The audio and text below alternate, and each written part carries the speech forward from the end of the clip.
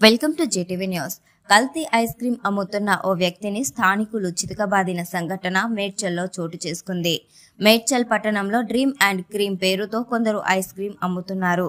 వాటిని పరిశీలించగా నాణ్యత లేకుండా ఉన్నాయని, వాటిపై తయారు తేదీ, గడువు ముద్రించలేదని అన్నారు. దీనిపై ఆరా తీయగా అమ్మకందారులు ఎలాంటి సమాచారం చెప్పలేదన్నారు. నాణ్యత లేని నాసిరకం ఐస్ క్రీంతో పిల్లల ప్రాణాలతో చెలగాటం ఆడుతున్నారని అమ్మేవారిని చితకబాదారు.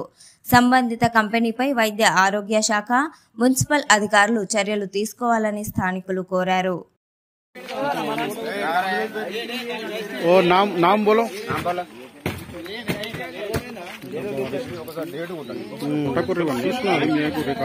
డేట్ లేదు కదా.